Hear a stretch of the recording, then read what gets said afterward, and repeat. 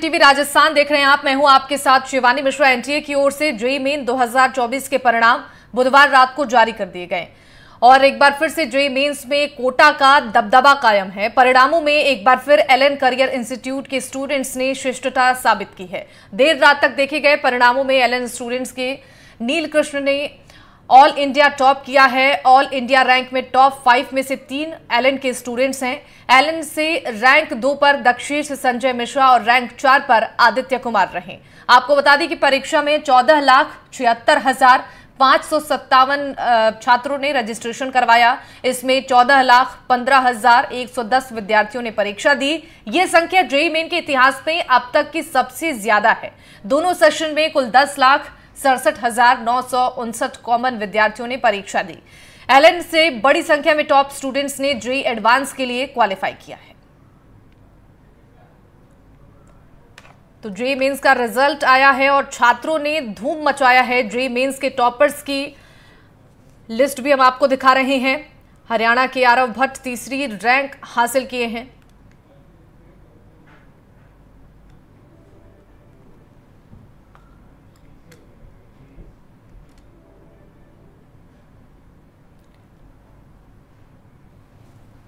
तो कोटा के कोचिंग का दबदबा एक बार फिर से जेईई मेंस के रिजल्ट में देखने को मिला है।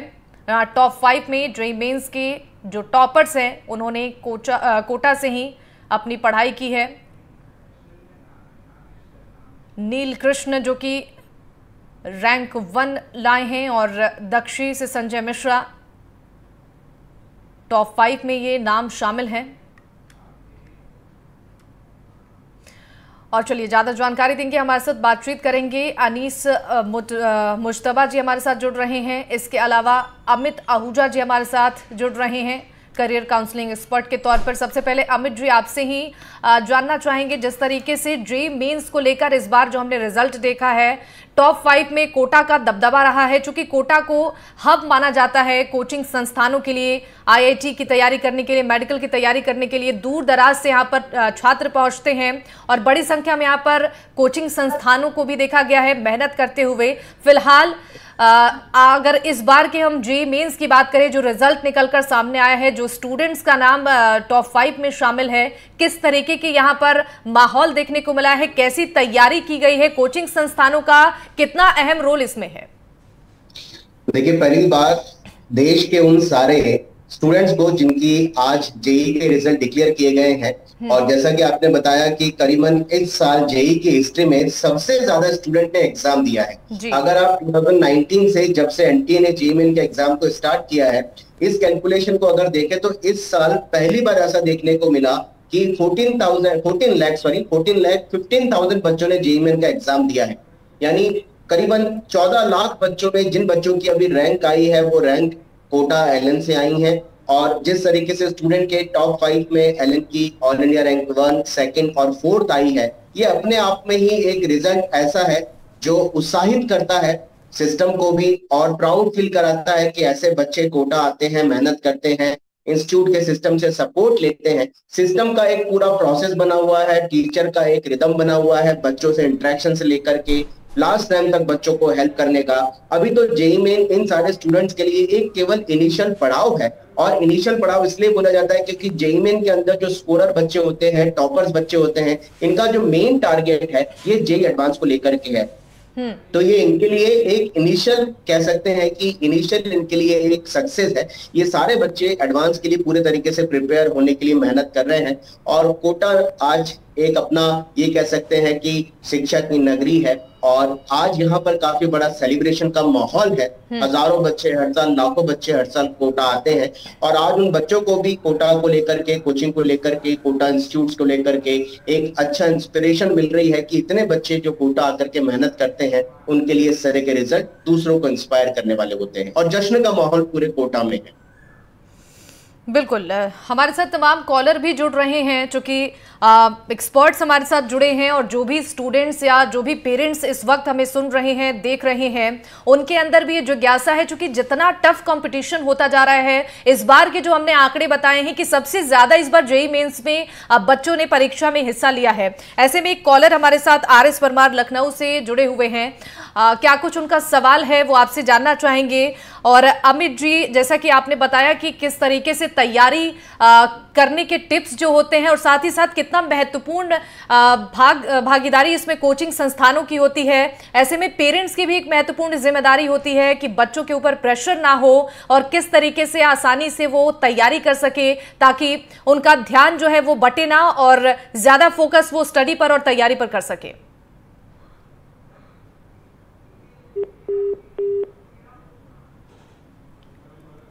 तो बिल्कुल देखिए, तमाम कॉलर हमारे साथ जुड़ेंगे। फिलहाल अनीस मुश्तबा जी हमारे साथ जुड़े हुए हैं, एक्सपर्ट जेईई मेंस। अगर आपसे अनीस जी हम समझना चाहें, जिस तरीके से हमने इस बार देखे, हम आंकड़ों पे अगर बात कर रहे हैं कि इस बार जो छात्र हैं उनकी संख्या बढ़ी है और लिहाजा देखिए छात्रों की संख्या बढ़ी है तो कंपटीशन भी ज्यादा बढ़ गया है। ऐसे में जो विद्यार्थी हैं, हमने कोटा में कई ऐसी खबरें हम लगातार अपने दर्शकों को दिखाती हैं कि एक प्रेशर होता है बच्चों पर, एक मेंटल प्रेशर, एक कोचिंग संस्थान का प्रेशर होता है जो उनके एग्जाम्स होते हैं और साथ ही साथ फैमिली प्रेशर भी होता है। ऐसे में बच्चों को किस तरीके से तैयारी करनी चाहिए ताकि उनका पूरा ध्यान परीक्षा पर केंद्रित हो? हाँ, गुड आफ्टरनून। मेरे सामने अमित ओझा जी बैठे हुए हैं, कैरियर काउंसलर हैं ये। इनके सामने तो मैं नहीं बता सकूंगा, लेकिन फिर भी मैं बताने की पूरी कोशिश करूंगा जितना भी मैं बता सकूं, क्योंकि हमारे भी मेंटर ये हैं अमित ओझा सर। दूसरी चीज, सबसे पहले अगर प्रेशर को डीलिंग करना हो या कॉम्पिटिटिव कंपटीशन जितना भी बढ़ जाए, बच्चा अगर ये स्टार्ट कर लेता है कि उसे किस एंगल में किस तरीके से तैयारी करनी है, तो फिर वो रुकेगा नहीं। क्योंकि जो जिन्होंने रैंक 1 लाया वो कम से कम 4 या 5 साल से लगातार कंसिस्टेंसी से, हार्ड वर्क से, अपने सारे इमोशंस को एक साइड रखकर टुवर्ड्स स्टडी की तरफ फोकस्ड हैं पूरे। इस वजह से एलन ने रैंक 1 टॉप 5 में एलन के 3 स्टूडेंट्स आए और वो एलन को बहुत बहुत मुबारक, क्योंकि उनको 36 इयर्स भी हो गए हैं, इसमें एक्सीलेंसी भी है उनकी बहुत बड़ी। बात रही घर से प्रेशर जो कंट्रोल करने की, अच्छा, जितनी भी फ्रस्ट्रेशन आ जाती है, रिलेटिव्स का तनाव होता है, आप जहाँ आगे पीछे जा रहे हो, क्या करोगे, आपका बच्चा क्या कर रहा है, तो सारी इन प्रेशर्स को स्टूडेंट्स जब देखता है उसको डील करता है। और डील करना भी आसान है, कोई इतनी भी बहुत बड़ी बात नहीं है। अगर कंपटीशन बढ़ा उसके साथ साथ अवेयरनेस भी बढ़ी है, हमारे पास रिसोर्सेज बहुत ज्यादा हैं, हम कहीं से भी, हर बच्चा आज हिंदुस्तान के किसी भी कोने से क्लास ले सकता है, नॉलेज गेन कर सकता है, इस एग्जाम में बैठने के लिए पूरी तैयारी कर सकता है।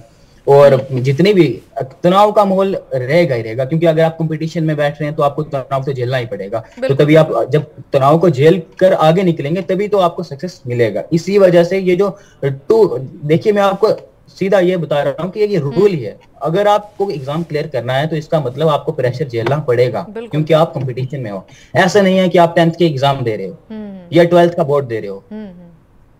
33% इज नॉट, देखो इस स्टेप कट ऑफ 3% इंक्रीज हो गया। पिछले साल 3% का डिक्लाइन आता था, लेकिन इस दफा वैसा नहीं है। जो कट ऑफ इंक्रीज होगा, स्टूडेंट्स की डिमांड भी है। और आईआईटी आपको पता है इस वक्त वो अलग बात है, थोड़ी डिक्लाइनिंग चल रही है, लेकिन आईआईटी एक ब्रांड है, हिंदुस्तान का टॉप कॉलेज है। अगर आपको इंजीनियरिंग करनी है तो आपको आईआईटी के अलावा कोई भी कॉलेज इतना स्कोप नहीं दे सकता कि आप अपनी नॉलेज, आप अपना सारा कुछ एक्सपीरियंस इसी के अलावा किसी और में लगाएं। क्योंकि आईआईटी आपको इंश्योर करता है कि if you are cracking this exam then we ensure that आप आगे जाएंगे बहुत। इसी वजह से जितने भी बच्चे हैं, जितने भी एग्जाम क्लियर करते हैं, वो इसीलिए इसी नियत से करते हैं कि अगर उनका एग्जाम क्लियर हो जाता है तो वो आगे निकलकर अपने सक्सेस पाए, अपने जो फैमिली प्रॉब्लम्स है उनको छोड़कर अपनी फाइनेंशियल कंडीशन सुधारें, बाकी जितनी भी कंडीशंस हैं ये सुधारें। तो इस वजह से अगर कोई भी बच्चा एग्जाम क्लियर कर रहा है, उससे पहले उसके लिए उसकी एक तो जर्नी रही होगी। जो रैंक 1 है, टॉप 5 में जितने भी रैंक्स हैं, इनकी एक जर्नी रही होगी। हम एक आज तो रिजल्ट पे डिस्कस कर रहे हैं, लेकिन रिजल्ट से पहले भी इनकी एक जर्नी रही होगी। इनको कितने इमोशंस, एक पूरा ट्रेडमिल की तरह चलना पड़ेगा। कभी इनकी उस जिंदगी में इमोशन से खराबी आई होगी, इनकी स्टडी इफेक्ट हुई होगी, कंसिस्टेंसी खराब हुई होगी, लेकिन after all the hurdles they are here and crack the JEE Mains, one of the prestigious exam of engineering। और अब इनका जो नेक्स्ट स्टेप और जंप रहेगा वो JEE एडवांस के लिए फोकस्ड रहेंगे, क्योंकि जिन्होंने भी JEE Mains निकाला है अब उनके लिए एक उम्मीद की ज्यादा किरण बड़ी होगी, जो टॉप्स में आए हैं उनकी किरण ज्यादा बड़ी होगी, और जेई एडवांस के लिए वो सोचते होंगे अब जितनी भी मेहनत की जाए जेई मेन एडवांस को किस तरह निकालें, किस तरह आईआईटी में पहुंचे। मैं इतना कहना चाहूंगा, और आप अपना नेक्स्ट क्वेश्चन जो आपने क्वेश्चन किया मैं आपको इसी से एक्सप्लेन कर सकता हूँ। बिल्कुल, बहुत महत्वपूर्ण बात आपने कही है अनीस जी। अमित जी के पास चलते हैं और जानते हैं कि देखिए रिजल्ट आने के बाद जो और स्टूडेंट्स हैं वो अब सोचने लग जाते हैं कि किस तरीके की रणनीति अब सफलता के लिए बनाई जाए, कैसे हम भी तैयारी करें कि हम भी सफल हो पाए। क्योंकि प्रेशर होने के बावजूद भी सारा कंसंट्रेशन पढ़ाई पर लगाना और एक बड़ी जिम्मेदारी के साथ देखिए कई लोगों को कभी कभी मनोबल विद्यार्थियों का गिर जाता है। लेकिन ऐसे में एक महत्वपूर्ण बात ये हो जाती है कि रिजल्ट आने के बाद भी एक प्रेशर बनता है स्टूडेंट्स पे। अब ऐसे में छात्र जो इस वक्त देख रहे हैं, आप लोगों की बातें सुन रहे हैं, उनके लिए आप क्या टिप्स देना चाहेंगे, किस तरीके की रणनीति इस परीक्षा में सफलता पाने के लिए वो बनाए ताकि उन्हें बिना मेंटल प्रेशर के आसानी से अपनी परीक्षा की तैयारी करने पर सारा फोकस हो?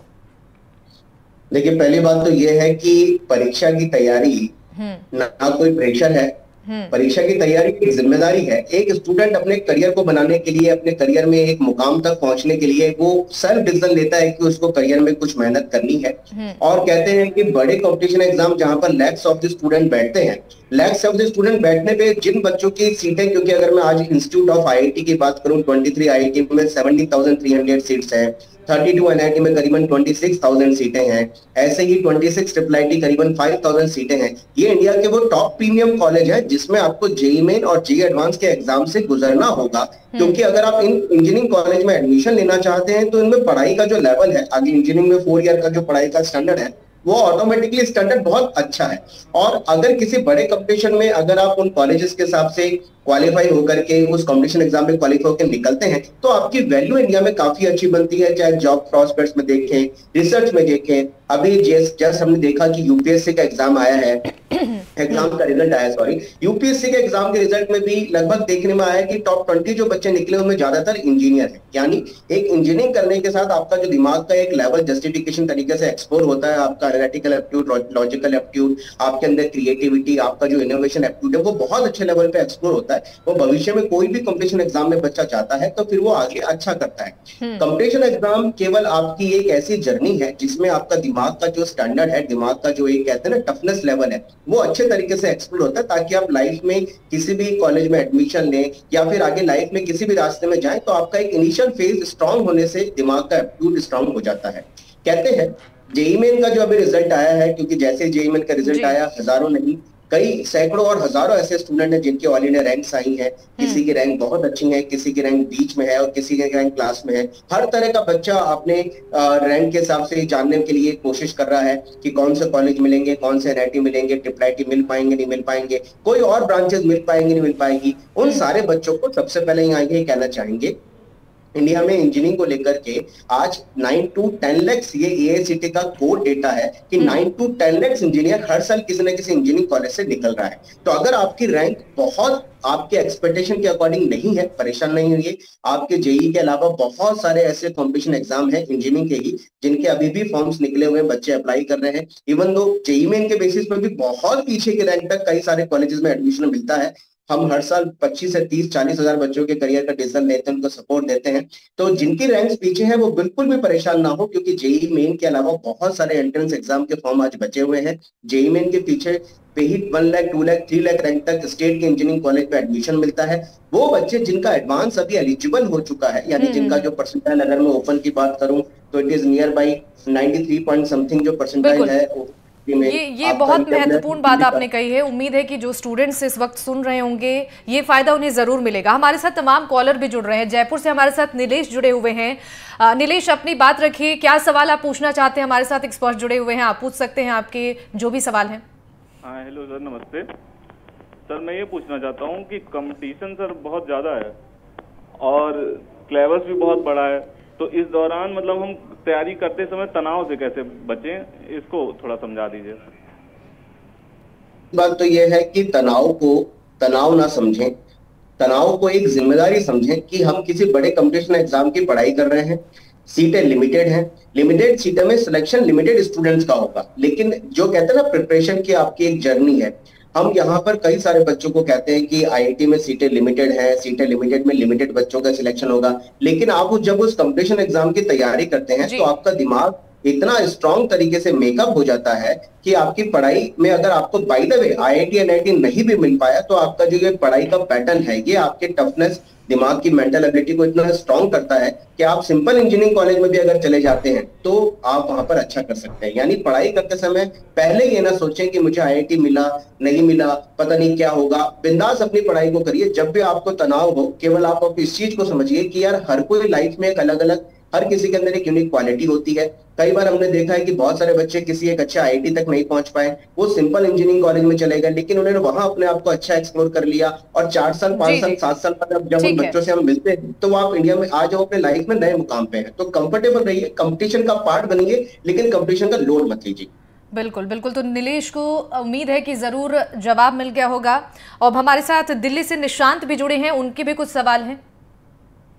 हाँ, हेलो मैम, मेरा सवाल ये है कि मैं जब भी पढ़ता हूँ सर, तो मैं पढ़ने में तो बहुत ध्यान देता हूँ, लेकिन सोशल मीडिया की वजह से, मोबाइल के वजह से बार बार मुझे बहुत दिक्कत होता है। मैं हर बार अपने जो लक्ष्य है उससे हट जाता हूँ, मोबाइल में लग जाता हूँ। तो इसको मैं कैसे कम करूँ, मतलब मोबाइल कैसे मैं कम करूँ ज्यादा लगाना, क्योंकि फिर पूरा टाइम वेस्ट हो जाता है। देखिए, आपने जो क्वेश्चन पूछा है, अमूमन तौर पर आज इंडिया में ये कई हजारों नहीं लाखों लोगों की एक प्रॉब्लम नहीं बोलेंगे, ये एक कहीं ना कहीं हैबिट, गंदी हैबिट बन गई। क्या होता है कि जिंदगी के अंदर हर किसी को अपने डिसिप्लिन में कहीं ना कहीं कुछ लिमिट रखनी पड़ेगी। अगर आप किसी कंपटीशन एग्जाम की तैयारी कर रहे हैं, आपके दिमाग में ये क्लियर कट है कि आपको एक अच्छे गोल के हिसाब से एक अच्छे कॉलेज तक पहुंचना है, तो कभी अगर आपको ऐसा लगे कि आप किसी पर्टिकुलर चीज में बहुत ज्यादा डिस्ट्रैक्ट हो गए हैं या उसमें काफी ज्यादा एंगेज हो गए हैं, तो अपने आप से किए हुए जो आपने कमिटमेंट है उसको आपको रिकॉल करना होगा। यानी आप क्या कर सकते हैं, आपके पढ़ने का जो टेबल है, आपके पढ़ने का जो रूम है, उसके अंदर एक ऐसा एनवायरनमेंट बना के रखें जहां पर आप स्लोगन टाइप लगा सकते हैं, जहां पर आप अपने कमिटमेंट का रिकॉल लिस्ट लगा सकते हैं, जहां पर आप अपने टारगेट की एक कमिटमेंट लिस्ट लगा सकते हैं, जिसको आप जितनी बार देखेंगे उतनी बार आपके दिमाग में कहीं ना कहीं आपके कमिटमेंट के बारे में बात चलेगी। डिस्ट्रैक्शन तब होता है जब या तो आपका पढ़ाई में स्ट्रांगनेस नहीं आ रही है, आपका दिमाग बोर हो गया है, या फिर आपको लग रहा है यार मेरा टारगेट तो था लेकिन मैं कर नहीं पा रहा। इन दोनों चीजों की कंडीशन में आपको बार बार अपने टारगेट्स को रिकॉल करना होगा, दिमाग को फोकस करना होगा, और दिमाग को जितना आप रिकॉलिंग में लेकर के आएंगे आपके कमिटमेंट के बारे में, आपके टारगेट्स के बारे में, वो दिमाग में कहीं ना कहीं ये चीज बैठेगी कि हमें हमारी पढ़ाई पे फोकस करना है। सिंपल सी बात है, सोशल मीडिया आज नॉलेज भी बढ़ाता है, और सोशल मीडिया प्लेटफॉर्म पे कई बच्चे बहुत ज्यादा अननेसेसरी की चीजों में टाइम एंगेज करके वेस्ट करते हैं। तो एक स्लॉट्स बनाइए कि आपको दिन भर में 5 या 10 मिनट, 15 मिनट, जो भी आपकी टाइम की कैपेसिटी ऑफ, ये कह सकते हैं स्लॉट्स के हिसाब से आप अपना एक शेड्यूल बना सकते हो। शेड्यूल में कुछ पॉइंट रखिए कि यार मुझे इतनी देरी सोशल मीडिया का यूज करना है, अलार्म लगा करने की कोशिश करिए और अपने कमिटमेंट को रिकॉल करिए। जितना आप अपने दिमाग को कमिटमेंट की तरफ लेके जाएंगे, आप कहीं कंफर्टेबल हो पाएंगे। बिल्कुल। तो देखिए, जरूर सहायता मिलेगी जो तमाम स्टूडेंट सुन रहे हैं, चूंकि एक बड़ी समस्या सोशल मीडिया की भी। हमारे साथ शीला जुड़ गई हैं लखनऊ से। शीला, रखिए अपने सवाल। जी, शीला हूँ। मैं ये पूछना चाह रही थी कि मेरा बेटा है, वो भी यहाँ पर जेईई की तैयारी कर रहा है, लेकिन मुझे सवाल ये था कि हम एज अ पेरेंट बच्चे के लिए क्या कर सकते हैं, क्योंकि बच्चा तो अपनी पूरी मेहनत कर रहा है, बट उसके साथ में हम कैसे कोऑपरेट कर सकते हैं वो हम जानना चाहते हैं, क्योंकि वो बहुत प्रेशर में भी रहते हैं साथ में। मैं आंसर दूं इस चीज का? और माननीय काफी भी है कि अगर एक बच्चा जेईई की तैयारी कर रहा है या कोई भी कॉम्पिटिटिव की तैयारी कर रहा है, तो पेरेंट्स को भी देखिए, एक बात है, अगर आपका बच्चा तैयारी कर रहा है, जितना उसका योगदान है उतना उसके पेरेंट्स का भी योगदान उसकी सक्सेस में होता ही होता है। अगर वो आखिर में श्रेय देगा तो वो अपने पेरेंट्स को देगा। और दूसरी चीज, जब वो स्ट्रेस में आता है, आपको उस पर भरोसा जताना है, क्योंकि जब आप देखिए आखिरकार उसकी ऐसी टीनेज में उसने तैयारी इतनी बड़े एग्जाम की करनी स्टार्ट कर दिया, जिसमें अगर आपका भरोसा उस पर होगा या आप उसको गाइड करेंगे, अगर नहीं हो रहा है उसे ये बताएंगे कि अगर आपसे एग्जाम नहीं भी क्लियर हो रहा तो कोई मसला नहीं है, वो ensure that your safety is our, हमारी, अगर तुम जो भी चाहोगे वही होगा आगे। अगर तुम्हारा जेईई नहीं क्लियर हो रहा है, तुम आगे जो भी करना चाहो तुम कर सकते हो। अच्छा, दूसरी चीज, उसको कैसे कोऑपरेट करो, उसका ख्याल रखो। अच्छा, उसके हेल्थ के जितने भी आपको हेल्थ के रिलेटेड जितने भी आप उसके लिए केयर कर सकते हो करेंगे। अच्छा, और दूसरी चीज, बाकी जिस टाइप की वो हेल्प मांगता है आपसे, उसको टाइम पर इंश्योर करिए कि वो प्रॉपर हो जाए। और इसी तरीके से उसे उठाइए, उसे बताइए क्या गलत है क्या सही है, और उसकी स्टडीज में ज्यादा प्रेशर ना डालिए। ये कुछ चीजें हैं जिसकी जो आप अपने बच्चे को इस टेन्योर में हेल्प कर सकती हैं, आपकी ये सारी चीजें। और उसे एक कॉन्फिडेंस दीजिए कि लाइफ में उसे एक कॉन्फिडेंस दो कि अगर तुमसे कुछ भी नहीं होगा तब भी बहुत कुछ आगे ऑप्शंस हैं। देखिए ऐसा थोड़ी है यूपीएससी में सारे आईआईटीएंस एनआईटीएंस क्रैक यानी किया कि है। पेरेंट्स को भी बच्चों के ऊपर प्रेशर नहीं देना चाहिए, इसे में कॉन्फिडेंस बूस्ट करना भी एक बड़ी जिम्मेदारी पेरेंट्स की है। उम्मीद है कि इन जवाबों से बहुत सारे ऐसे सवाल हैं जिनके जवाब मिल गए होंगे, जो भी स्टूडेंट्स इस वक्त या पेरेंट्स हमें सुन रहे होंगे। आप दोनों का बहुत बहुत शुक्रिया हमारे साथ जुड़ने के लिए।